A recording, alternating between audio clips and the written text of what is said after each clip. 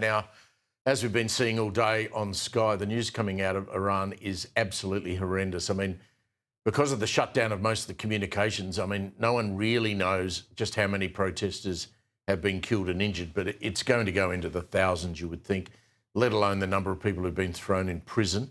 And while the world waits to see exactly what the US president will or will not do, we're just going to have to wait. But if we were able to see exactly what was going on there, I think we'd be even more shocked than what we are.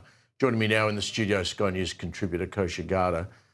Look, let's start with Iran. President Trump's urged the Iranians to keep protesting against the regime. It's all well and good to say that, but you have to be brave enough to put your life on the line. Mm-hmm.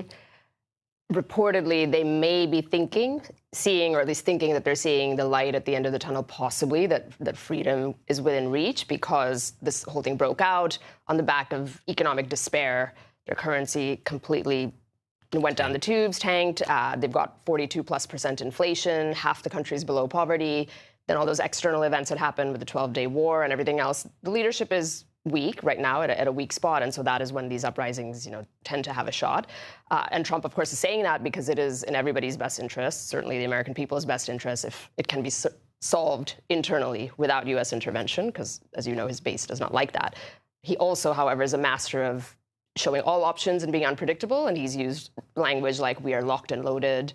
Every option is on the table, including kinetic military warfare, potentially, and we shall see. Nobody knows what's going to happen. The regime's held together since 1979, so they're firmly entrenched, and there's been other uprisings before. This perhaps is the biggest of all of them, but it's not easy. I mean, you could take out Khomeini. Presumably the Americans have got the wherewithal to do that. We saw what they did with Maduro, and this would be harder, but there's people who will step in to replace him, I presume. You can't take the whole regime out in one fell swoop. You can't, and he definitely doesn't want to get sucked into the quagmire of nation building and spending years and years trying to remake the country's leadership, for sure.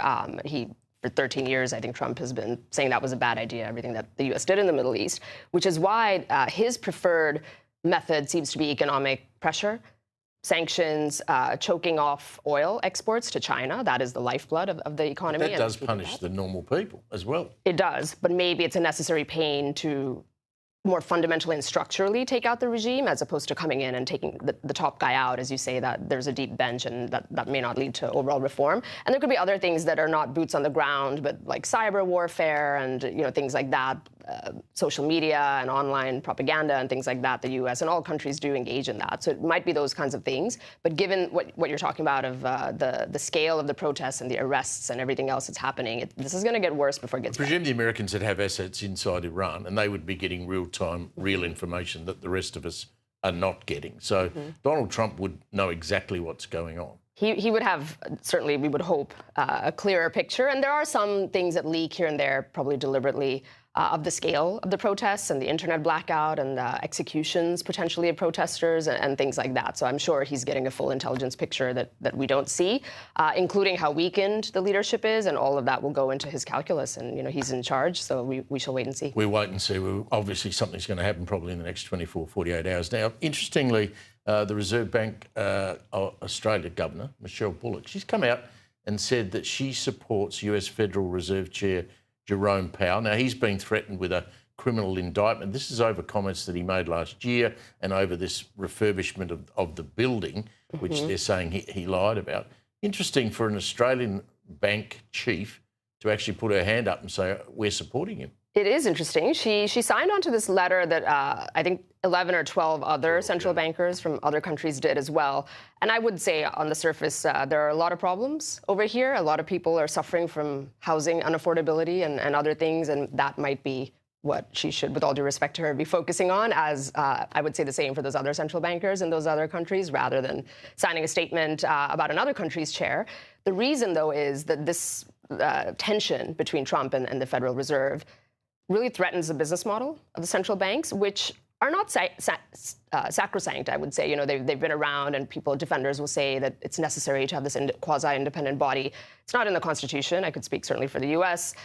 It's not a fourth branch of government. And there are many who have said that, maybe it shouldn't actually be independent. It should be under the purview of the executive branch. That's sort of the meta comment, and Trump is trying to get at that in different ways, maybe this pretext of the criminal investigation. He wants them to drop interest rates because that's going to, for him, that's right. He can say, well, look what I've done for the economy. Right. And his point is that they're not really independent. They say that they are, but they're owned by the 12 major banks in the U.S. are all shareholders. They do political things like reducing rates for Biden or over here, during the lockdown, for instance. So they do play politics. It's not like they're totally independent. And he's saying, hey, like, this will help my constituents. I should be in charge. Can the Clintons just go away? I mean, you've got Bill and Hillary now announcing they will not adhere to that subpoena to appear at the congressional testimony. This is all around the Jeffrey Epstein saga.